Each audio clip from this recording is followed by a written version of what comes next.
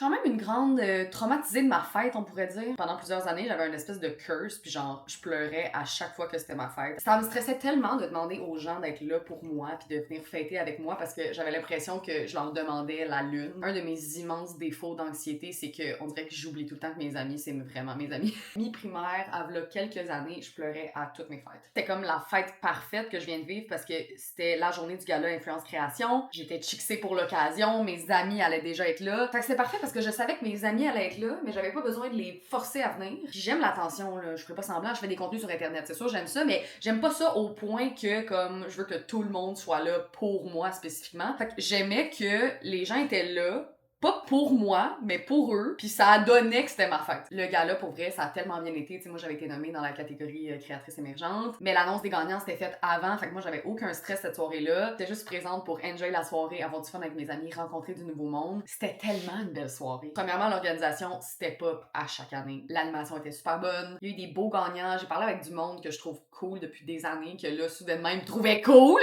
Mais, moi, tu trouves cool, moi? J'étais tellement gênée, mais choyée. En tout cas, je trouvais que j'avais l'excuse parfaite d'être genre, ah, en plus, c'est ma fête. Pour vrai, ça me rassurait tellement socialement, là. Tu sais, comme quand t'es anxieux socialement, là, pis que là, t'as comme un out. Souvent, les gens vont utiliser genre la météo, mais là, moi, je pouvais utiliser, ah, c'est ma fête! Puis étonnamment, j'ai pas été si anxieuse que ça. Je sais pas pourquoi. Je pense que c'est parce que je me sentais un peu invincible à cause de que c'était ma fête, tout ça. J'ai pas pleuré.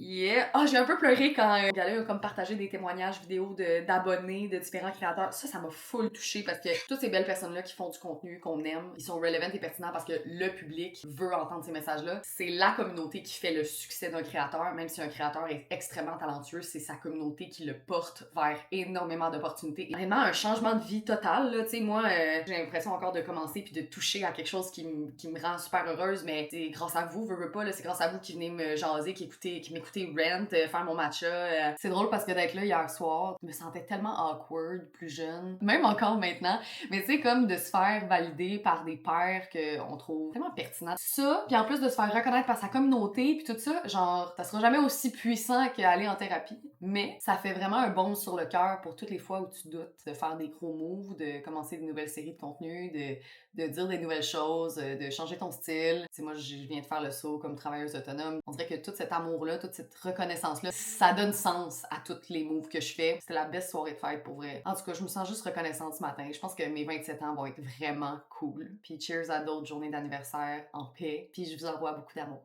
Cheers.